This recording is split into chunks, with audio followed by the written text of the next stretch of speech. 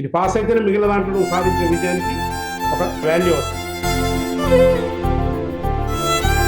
ఏం సార్ చదువు విద్య డిఫరెన్స్? ఎట్టి పరిస్థితుల్లో కూడా పిల్లల మీద కోపం ప్రదర్శించడం కానీ, ఇన్సల్ట్ చేయడం కానీ, కంపేర్ చేయడం కానీ చేయకూడదు. ఎగ్జామ్స్ అప్పుడు కంపేర్ చేసి అన్నిటినీ ఈక్వల్ గా పాస్ అవ్వాలి అనడానికి ఏమైనా టెక్నిక్స్ ఉన్నాయా? నమస్తే, మీరు చూస్తున్నారు Suman TV Kothagudem. So exams టైంలో పిల్లలు ఏం చదవాలి, ఎలా చదవాలి లాస్ట్ మూమెంట్లో అని చెప్పి చాలా కన్ఫ్యూజ్ అవుతూ ఉంటారు. సో వాళ్ళు ప్రిపరేషన్ ఏ విధంగా చేయాలి, ఏ టైంలో చేయాలి, అండ్ వీళ్ళు ప్రిపేర్ అయ్యే టైంలో ఎగ్జామ్స్ అయిపోయే వరకు కూడా పేరెంట్స్ నుంచి ఎటువంటి సపోర్ట్ ఉండాలి వాళ్ళకి అనే విషయాల్ని డిస్కస్ చేయడానికి ఈ రోజు నాతో పాటు మన స్టూడియోలో ఉన్నారు ప్రముఖ motivational speaker, social activist, mentor Jabadi Venkateswara Babu గారు. సార్తో మాట్లాడి పిల్లలు ప్రిపరేషన్ కి కావాల్సిన టెక్నిక్స్ అండ్ టిప్స్ ని మనం తెలుసుకుందాం. సార్ నమస్తే అండి. నమస్కారం అమ్మా. ముందుగా సుమన్ టీవీ వారికి ధన్యవాదాలు. Thank you sir. సో పిల్లలు ప్రిపేర్ అవ్వడానికి ఏమైనా టెక్నిక్స్ ఉన్నాయంటే అందరూ అన్ని సబ్జెక్ట్లో పర్ఫెక్ట్ ఉండరు కదా. సో కొన్ని సబ్జెక్ట్లో పర్ఫెక్ట్ ఉంటారు, మరికొన్నిట్లో ఉండరు. సో అన్నిటినీ ఈక్వల్గా పాస్ అవ్వాలి అనడానికి ఏమైనా టెక్నిక్స్ ఉన్నాయా? ఓకే అమ్మా, చాలా మంచి టాపిక్ తీసుకున్నారు. ఏంటంటే ఇప్పుడు ఈ నెల ఫిబ్రవరిలో ఇంటర్మీడియట్ ఎగ్జామ్స్, మార్చిలో బోర్డ్ ఎగ్జామ్స్ ఎస్ఎస్సి ఉన్నాయి. సో మీరు చెప్పింది 100% యథార్థము. ఈ పరీక్షలు బోర్డ్ ఎగ్జామ్స్, యాన్యువల్ ఎగ్జామ్స్ అంటే పిల్లలు ఎట్లా ఫీల్ అవుతారంటే ఇవి పాస్ కాకపోతే జీవితమే లేదు అనేటువంటి పరిస్థితి పిల్లలకు ఉంటే, మా పిల్లలు పాస్ కాకపోతే మా సమాజంలో మాకు స్థానం లేదనేటువంటి తల్లిదండ్రులు ఉన్నారు. సో పిల్లల కంటే తల్లిదండ్రులు ఎక్కువ ఇప్పుడు ఒత్తిడికి గురవుతూ 100% పిల్లలు పాస్ అవ్వాలనే కోరికతోటి వాళ్ళ మీద ఒత్తిడి చేయడం జరుగుతూ ఉంది. సో బేసిక్గా ఏంటంటే ఇక్కడ పిల్లలు వాళ్ళు 10th వాళ్ళైనా ఇంటర్మీడియట్ వాళ్ళైనా తెలుసుకోవాల్సింది ఏంటంటే 3 టాపిక్స్ తెలుసుకోవాలి. ఒకటి ఏంటంటే చదువు, 2 విద్య, 3 పరీక్షలు. ఏం సార్ చదువు విద్య డిఫరెన్స్? చదువుకి విద్యకి తేడా ఏంటంటే చదువు అంటే చదవడం, మాట్లాడడం, రాయడం వస్తే చాలు. మనం ఏమంటాం అంటే రాత్రి పాఠశాలలు పెట్టేసో లేకపోతే లిటరసీ క్యాంపుల్లో సంతకం పెడితే చాలు లిటరేట్ అన్నారు. సో అతనికి చదవడం, రాయడం వస్తే విజ్ఞత కూడా ఉండాలి, సంస్కారం నేర్చుకోవాలి, జ్ఞానం ఉండాలి. సో రేపు సమాజంలోకి వెళ్ళినప్పుడు పెద్దవారితో ఎలా మాట్లాడాలి, స్త్రీలతో ఎట్లా మాట్లాడాలి, పిల్లలతో ఎట్లా మాట్లాడాలి, లేదా ఒక సెక్ట్ వయోవృద్ధులతో ఎట్లా మాట్లాడాలి, ఒక అధికారులతో మాట్లాడాలి, ఒక అంగన్వాడీ వాళ్ళతో ఎట్లా మాట్లాడాలి, లేదు ఒక డ్వాక్రా వాళ్ళతో ఎట్లా మాట్లాడేది, అది విజ్ఞతకు సంబంధించింది, సంస్కారానికి సంబంధించింది. సో విద్య వలన వచ్చేదే విజ్ఞానం. సో చదువు అంటే ప్రతి వాళ్ళు వెళ్ళేయడం, నేను మీతో మాట్లాడతాను, నాకు రాయడం వచ్చు, చదవడం వచ్చు. సో నా సంస్కారం లేకపోతే, విజ్ఞత లేకపోతే ఎట్లా ఉంటుంది? అందుకే అన్నారు కదా సార్, సంస్కారం లేని వారు ఇంత పశువు. ఎస్. సో ఈ యొక్క విద్యార్థులు కానీ తల్లిదండ్రులు కానీ ముందు తెలుసుకోవాల్సింది ఏంటంటే ఇంట్లో మీరు చదువు చెప్తారు ఓకే, కానీ విద్యాలయం అన్నారు దాన్ని, స్టడీ సెంటర్ అంటే ఎడ్యుకేషన్ సెంటర్ అంటారు, ఎడ్యుకేషన్ ఇన్స్టిట్యూషన్స్ అంటారు. మీరు ఇంకొక పాయింట్ చూడండి, విద్యాలయము, గ్రంథాలయము, దేవాలయము అన్నారు. అంటే విద్య నేర్పించేది పుస్తకాలు ఉండే సరస్వతి నిలయం ఈక్వల్ టు దేవాలయం కింద మన పూర్వీకులు చెప్పారు. అంటే అవి భగవంతుడు నిలయం ఉండి మనకు మనశ్శాంతిని ఇస్తూ ఆధ్యాత్మిక జ్ఞానాన్ని ఇచ్చేటి ఎట్లా ఉన్నాయో ఈ విద్యాలయాల్లో కూడా విద్య నేర్చుకొని వాళ్ళు జ్ఞాన సంపన్నులై సమాజంలో వాళ్ళు బతుకుతూ సమాజంలో అందరినీ బతికించడానికి అవకాశం కల్పించే విద్యను వీళ్ళు కలిగి ఉండాలి, జ్ఞానాన్ని కలిగి ఉండాలి, సంస్కారాన్ని కలిగి ఉండాలి. మెయిన్గా సంస్కారం ఉండాలి మనిషికి. సంస్కారం లేకపోతే మీరు అన్నట్టు వింత పశువుతో సమానం. సో ఈ డిఫరెన్స్ ఒకటి తెలుసుకున్నాక రెండోది ఏంటంటే పరీక్ష అంటే ఏమిటి.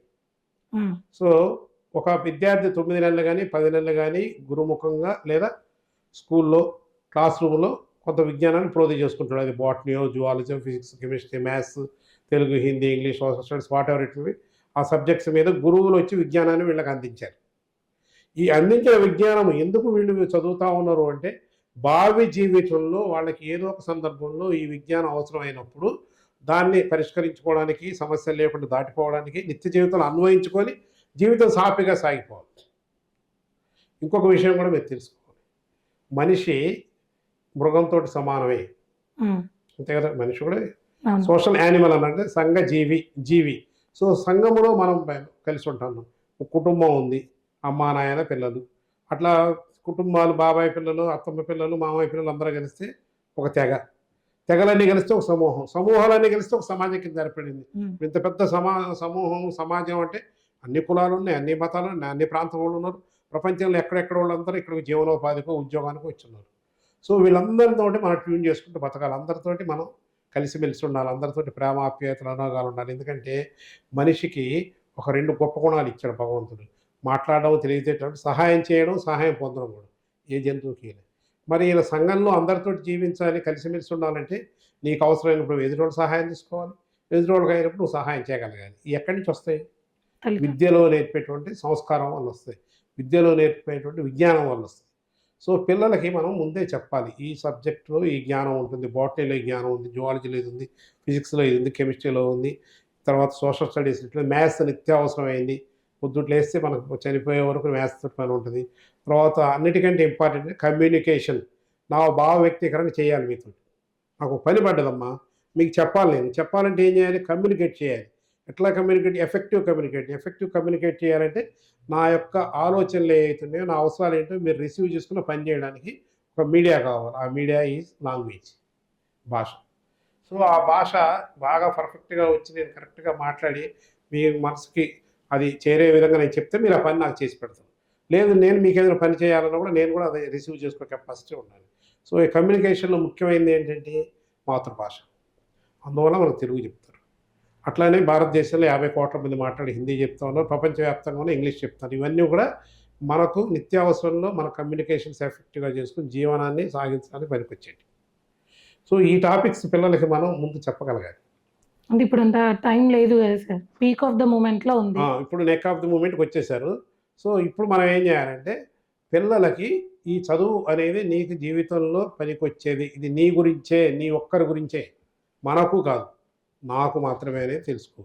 నువ్వు బాగా చదువుకొని అంటే ఇక్కడ విద్యను బాగా నేర్చుకున్నావు, రేపు నువ్వు జీవితంలో రాణించడానికి పనికి వస్తుంది కాబట్టి పరీక్షలకు వెళ్ళాలని చెప్పాలి. పరీక్ష ఏంటి ఇక్కడ?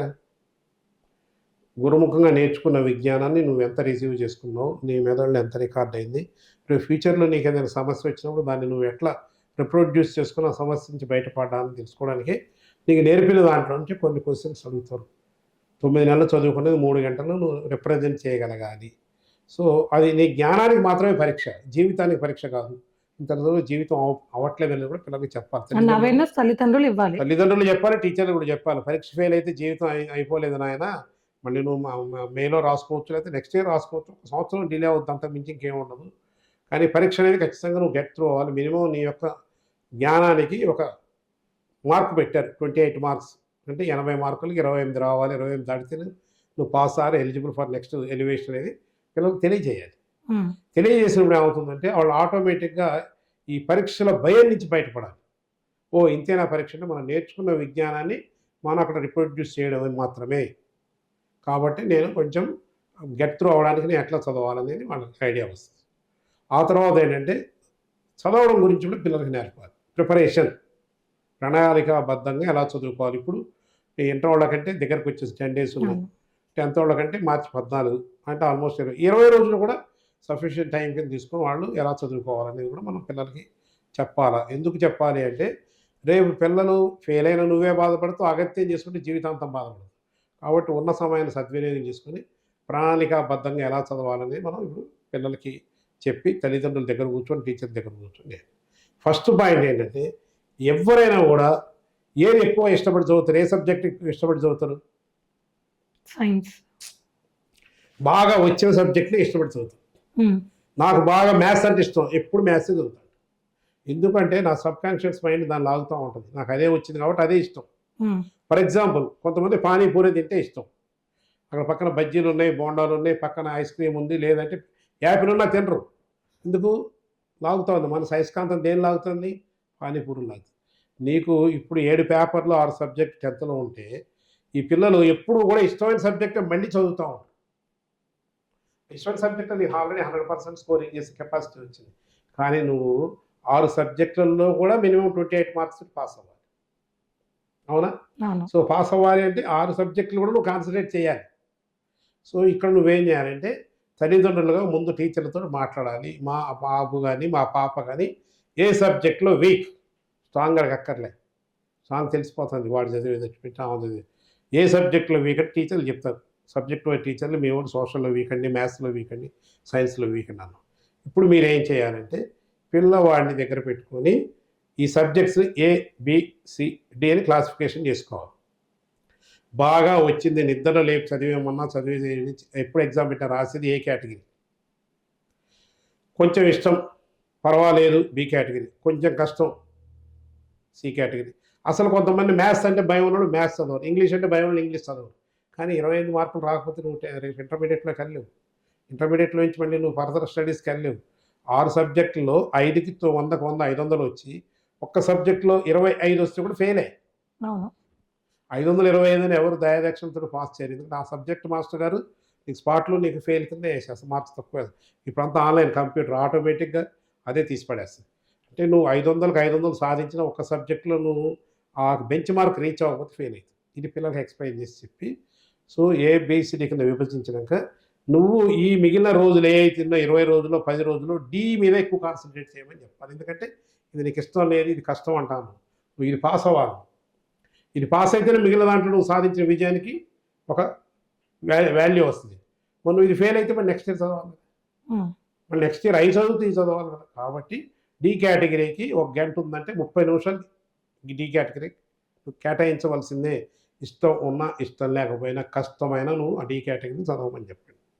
సో 30 నిమిషాలు డి కేటగిరీ చదివాక ఒక 15 నిమిషాలు లేదు 10 నిమిషాలు బి కేటగిరీకి కేటాయించు. సో ఎందుకంటే బి కేటగిరీ కూడా డి కేటగిరీ కూడా మనం చదవమన్నాం. సి కేటగిరీ కూడా ఇష్టం లేదు, కొంచెం వచ్చు, పూర్తిగా రాదు. సో సి కేటగిరీ కూడా ఈ రెండింటి మీద కాన్సన్ట్రేట్ చేస్తే ఏబీ నీకు 100% వచ్చేసి ఉంది, ఈజీ పాస్ అవుతుంది. సో నువ్వు ఎప్పుడు కూడా ఏ కేటగిరీకి లీస్ట్ ప్రయారిటీ ఇవ్వాలి ఎగ్జామ్ ప్రిపరేషన్లో. కొంతమంది పిల్లలు ఏం చేస్తుంటే రేపు మ్యాథ్స్ ఎగ్జామ్ ఉన్నా వాళ్ళకి ఇష్టమైన సబ్జెక్ట్ వాళ్ళు చదువుతారు, రేపు తెలుగు ఉన్నా వాళ్ళు ఇష్టమైన సబ్జెక్ట్ చదువుతారు, అట్లా చదవకూడదు. సో ఏబిసిడి క్లాసిఫికేషన్ విడగొట్టుకోవాలి. రెండవది ఏంటంటే ఈ పీరియాడిసిటీ కూడా చాలా ఇంపార్టెంట్. ఎర్లీ మార్నింగ్ లేచినప్పుడు ఇష్టం లేని సబ్జెక్ట్ని చదవాలి. మైండ్ చూడండి, ఏదైతే కష్టం అనుకున్నావో డి కేటగిరీకి వచ్చిన సబ్జెక్ట్ని ఎర్లీ మార్నింగ్ 5 to 10 మధ్యలో దాన్ని చదువుకోవాలి. ఎందుకంటే మైండ్ ఫ్రెష్, జ్ఞాపకాల దొంతర్లన్నీ క్లీన్గా ఉంటాయి, ఒత్తిడి ఉండదు, ప్రశాంతం, రిసీవింగ్ కెపాసిటీ. ఆ తర్వాత ఏం చేయాలి, 10 నుంచి 1 గంట వరకు 2 గంటల వరకు సి కేటగిరీలో కొంచెం కష్టమైన సబ్జెక్టులు చదివితే ఈజీగా అవి మెమరీలోకి వెళ్ళిపోతూ ఉంటాయి. మీరు ఇప్పుడు స్వీట్ షాప్కి వెళ్ళారమ్మా, స్వీట్ షాప్లో స్వీట్స్ ఎట్లా పెడతారు, చిందరవందరగా పెడతారా, ఎట్లా పెడతారు, చక్కగా మైసూరు పాకులన్నీ అట్లా అందంగా పేరుస్తారు కదా, ఒకదాని మీద ఒకటి పేరుస్తారు. గులాబ్ జాములన్నీ ఆ బౌల్లో పెట్టి ఇట్లా పెట్టి ఉంచుతారు. తీసేటప్పుడు ఈజీగా తీయడానికి అట్రాక్షన్ ఎట్లా ఉంటుందో తీయడానికి కూడా ఈజీ. సో మన జ్ఞాపకాల దొంతర్లు అలా ఒకదాని మీద ఒకటి పేర్పడదు. అట్లా పేర్చినప్పుడు నీకు కావాల్సిన క్వశ్చన్ అయినా అక్కడ తగిలితే అది బయటికి రావాలి. మామూలుగా ఇష్టారాజ్యంగా మామిడి పళ్ళని పెట్టి లాగితే అన్ని కుప్పపడిపోతుంది, లేదు దానిమ్మని ఇట్లా పెట్టి లాగితే. అందుకని వాళ్ళు పేర్చినప్పుడు వాడు ఒకలా తీస్తే కూడా అన్ని పడకుండా చక్కగా అట్లా అవుతుంది. సో మన యొక్క మెమరీ కూడా అంతే ఉంటుంది అనమాట. మనం ఈ చదివేటప్పుడు కూడా ఏదైతే మనం క్లమ్సీ లేకుండా కన్ఫ్యూజ్ లేకుండా చదువుతాం అవన్నీ అట్లా రికార్డ్ అయిపోతాం. ఎప్పుడు రికార్డ్ అయితే ఎర్లీ మార్నింగ్ ఫ్రెష్గా ఉంటుంది కాబట్టి మొత్తం రికార్డింగ్కి వెళ్ళిపోతుంది. బ్రెయిన్ స్ట్రెస్ ఉండదు, స్ట్రెయిన్ ఉండదు. తర్వాత కొంచెం మనకు 10-1 గంటేసరికి స్ట్రెస్ మొదలవుతూ ఉంటుంది, డిఫరెంట్ డైరెక్షన్స్ నుంచి ఆలోచనలు వస్తూ ఉంటాయి కాబట్టి కొంచెం స్లో అవుతూ ఉంటుంది. సో అప్పుడు సి కేటగిరీ 1 గంట 2 నుంచి సాయంత్రం 5-6 వరకు బి కేటగిరీ చదువుకోండి. అలిసిపోయినా నీకు అది ఇష్టం లేని సబ్జెక్ట్ కాదు, ఎంతో కొంత ఇష్టం ఉండదు కాబట్టి రిసీవ్ అవుతారు. లాస్ట్ నువ్వు పడుకునే వరకు ఏ కేటగిరీ చదువు, ఎందుకంటే నీకు ఇష్టమైంది అది. నీకు నిద్ర వచ్చినా కూడా నువ్వు దాని మీద ఇంట్రెస్ట్ చదువుతావు, ఒకవేళ నిద్రపోయినా ఏం కాదు. కానీ పడుకునే ముందు నువ్వు డి కేటగిరీ చదివితే ఏమవుతుందంటే ఇంట్రెస్ట్ అయిన సబ్జెక్ట్ నిద్రలోకి వెళ్ళిపోతుంది, ప్లస్ రిసీవ్ చేసుకోదు, ఎంత చదివినా రికార్డ్ అవ్వదు. అప్పటికే స్ట్రెస్ అయిపోయింది మైండ్ స్ట్రెస్ అయిపోయింది కాబట్టి రిసీవింగ్ కెపాసిటీ తగ్గిపోతుంది, డిస్టర్బెన్స్ అయింది. సో ఇట్లా ఏబిసిడి టెక్నిక్ వాడడం కాకుండా వాటిని మనం టైం టేబుల్ ప్రకారం చేసుకోవాలి. మూడవ పాయింట్ ఏంటంటే ఈ క్వశ్చన్స్కి ఆన్సర్స్ ఎప్పుడు ఎస్ఏ టైప్ రాయకూడదు. ఇవాళ మారిపోయింది, పాత రోజులు వేరు. 4-5 లైన్స్లో పాయింట్ వైజ్గా రాయడం నేర్చుకోవాలి పిల్లలు, పాయింట్స్ చెప్పేస్తున్నారు. సో ఇవాళ 20 మార్క్ క్వశ్చన్లు 10 మార్క్ క్వశ్చన్స్ లేవన్నీ 8, 6, 4, 2, 1 ఉన్నాయి కాబట్టి 4 మార్క్ క్వశ్చన్కి 4 పాయింట్ రాస్తే దిద్దేవాళ్ళు కూడా వివిధ టాపిక్ ఉన్నది. మన రెండోది ఏంటంటే ఎప్పుడైతే పాయింట్ వైజ్ చేసుకుంటామో వాళ్ళకి రీక్యాపిచులేషన్ పెరిగిపోతూ ఉంటుంది. ఒక పాయింట్ చదవగానే దాని ఆన్సర్ అంతా పునరావృతం అవుతూ ఉంటుంది. మొత్తం చదివినప్పుడు ఎక్కడైనా స్టెప్ బ్రేక్ అయితే వెనక కిందికి ఆగిపోతుంది. బట్టి బట్టి చదివినా మొత్తం చదివినా అందులో పాయింట్ వైజ్గా చూసుకోవాలి. ఇంకొక పాయింట్ ఏంటంటే ఎట్టి పరిస్థితుల్లో ఎగ్జామినేషన్ టైంలో నైట్ హాల్ట్ చేయకూడదు. బాగా నిద్ర కాసేసి తెల్లవాళ్ళు చదివితే తెల్లారి నిద్ర హాల్లోకి వెళ్ళాక నిద్ర వస్తుంది. సో ఈ యొక్క జ్ఞాపకాల దొంతర్లన్నీ కూడా నిద్ర అనే మత్తులో ఒత్తిడి చేయబడి బయటికి రావు ఆలోచన నుంచి ఆన్సర్స్ బయటికి రావు. కొంతమంది తల్లిదండ్రులు ఏం చేస్తారంటే బ్రహ్మ ముహూర్తం అని చెప్పి 2ంటికి 3ంటికి లేపి చదవమంటారు. 2ంటికి 3ంటికి లేపి 6ంటికి వాడు సోలిపోతూ ఉంటాడు. ఎగ్జామ్ హాల్లోకి వెళ్ళాక రాయలేదు. ఎట్టి పరిస్థితుల్లో కూడా ఈ 15 రోజులు 20 రోజులు పిల్లల్ని నైట్ మొత్తం చదువుతూ వాడు ఎంత ఓపిక ఉందో అంత మట్టుకే చదవమని. అన్నిటికంటే మోస్ట్ వాల్యుబుల్ టిప్ ఏంటంటే ఎగ్జామ్కి వెళుతూ పిల్లలు చదువుతారు, చదవనియొద్దు. నువ్వు వాటి వరకు ఎంత చదివావో అంత చాలు, అవి రాస్తే నువ్వు పాస్ అవుతావు. చాలామంది నేను ఈ చాప్టర్ కవర్ చేయలేను, ఈ టాపిక్ కవర్ చేయలేదు, అప్పుడు తిరగేస్తారు. తిరగేయడం వల్ల ఏమైందంటే ఇది చదువుతాను అనుకుంటాడు, ఇది బ్రెయిన్లో ఎక్కదు. ఎక్కకపోగా ఆల్రెడీ ఎక్కినటువంటి లేయర్స్ అన్ని నువ్వు ఓవర్ ల్యాప్ చేసేస్తుంది. చెత్త తెచ్చి కుప్ప మీద వేస్తే ఎట్లా అయిందో అట్లా అయిపోతుంది. లాస్ట్ అవర్ ఎగ్జామ్ సెంటర్ లో కూడా బుక్స్ పట్టుకొని చెట్ల కింద కూర్చోదు. Total avoid. మైండ్ ఫ్రెష్గా ఉన్నాను. మైండ్ ఎట్లా ఉండాలంటే ఒక మైసూర్ పాక్ కిందది కావాలంటే తీస్తే ఎట్లా మిగిలిన కదలకుండా రావాలో అట్లా వచ్చేటట్టు ఉన్నారు. అంటే మనం ఎంత హ్యాపీగా ఉంటే అంత బాగా ఎగ్జామ్ రాయగలం. ఎగ్జాక్ట్లీ మన మూడ్ని బట్టే ఉంటుంది. సో పిల్లలకి ఉదయం లేచాక అసలు ఏం చదవద్దు, చక్కగా తలస్నానం చేసుకో, టిఫిన్ చేసుకొని నీట్గా కాఫీ టీ తాగి వెళ్ళిపోయి ఎగ్జామ్ హాల్ దగ్గర. సో ఈ టిప్స్ ఫాలో అయితే పిల్లలు ఒత్తిడి లేకుండా ఎగ్జామ్ రాస్తారు. ఇంకొక ఇంపార్టెంట్ ఏంటంటే ఈ జంబ్లింగ్ సిస్టమ్ వచ్చాక పిల్లలకి సెంటర్స్ మారుతుంది.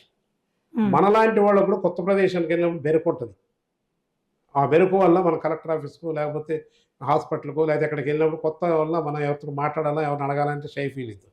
ఈ పిల్లవాళ్ళు ఎగ్జామ్ ఫియర్లో ఉన్నవాడు కొత్త సెంటర్ వెళ్ళేసరికి కొంత బెరుకు వచ్చేస్తుంది, కొత్తదనం అనిపిస్తుంది. అందుకని ఏం చేయాలంటే తల్లిదండ్రులు కానీ హాస్టల్లో ఉంటే వార్డెన్స్ కానీ ముందు రోజు కానీ పిల్లలు తీసుకెళ్ళి ఆ సెంటర్ని పరిచయం చేయండి.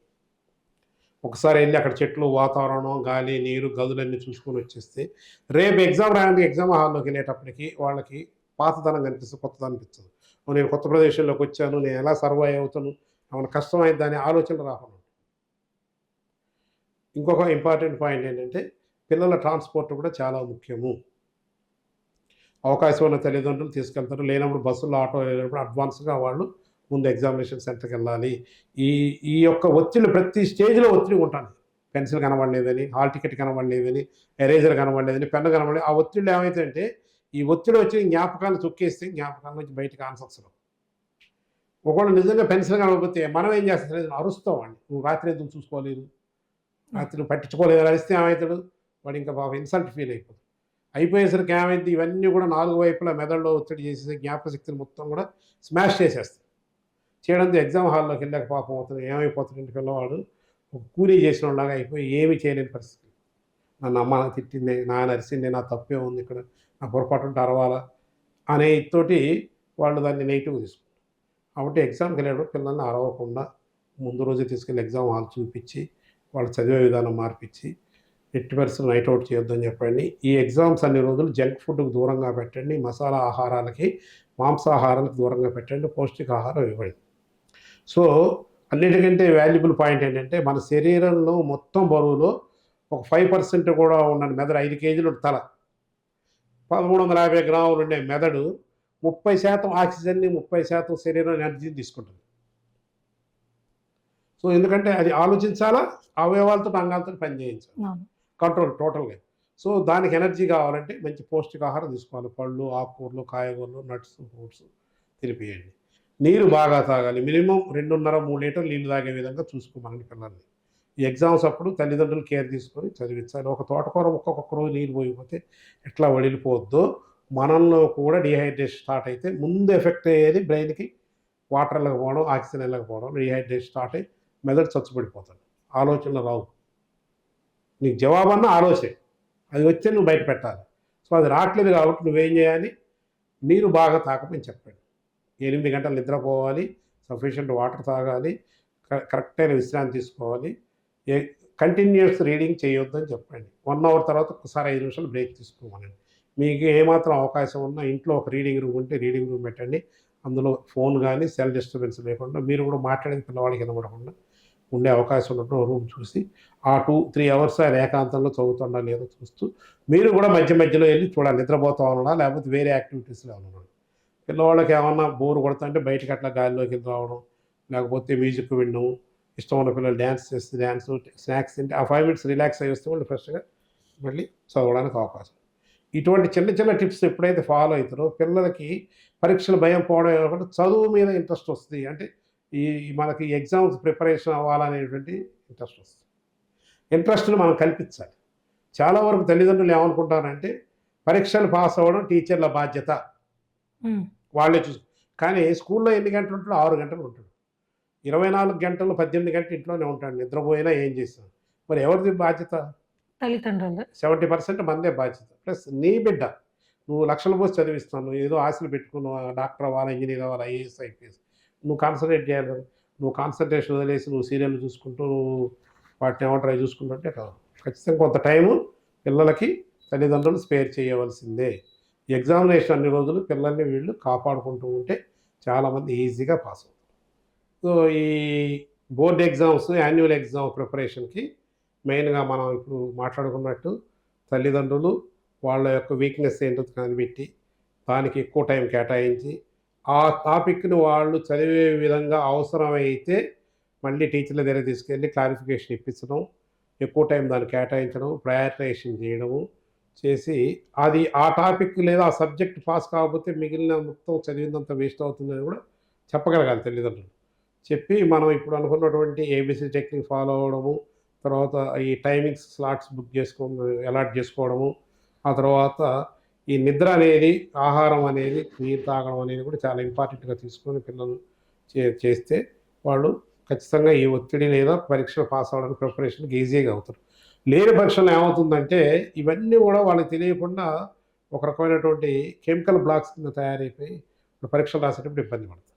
సో దాన్ని ఓవర్కమ్ చేయాలి అంటే పిల్లలతో పాటు పేరెంట్స్ కూడా ఎగ్జామ్కి ప్రిపేర్డ్ అయిన, అంటే వాళ్ళు ఎంత పిల్లల్ని కూల్గా హ్యాపీగా ఉంచగలిగితే అంత బాగా ఎగ్జామ్స్ రాయగలుగుతారు. ఖచ్చితంగా అమ్మా. ఎందుకు అంటే పిల్లలు ఇమ్మెచ్యూర్డ్ వాళ్ళు ఇప్పుడే వికసిస్తున్నటువంటి మొగ్గలు, పుష్పాలు కూడా కాదు. సో వాళ్ళకి వాట్ ఈజ్ వాట్ అని తెలియదు.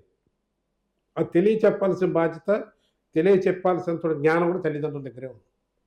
ఎందుకంటే దగ్గర 16 గంటలు నీ యొక్క ప్రెమిసిస్లో నీ కంట్రోల్లోనే ఉంటారు కాబట్టి వాళ్ళని కనిపెట్టుకుంటూ ఉండి వాళ్ళని లాలన పాలన అంటారు కదా, అట్లా వాళ్ళని అవసరమైనప్పుడు వాళ్ళ దగ్గర తీసుకోవడం, వాళ్ళకి సలహాలు ఇవ్వడం చేయండి.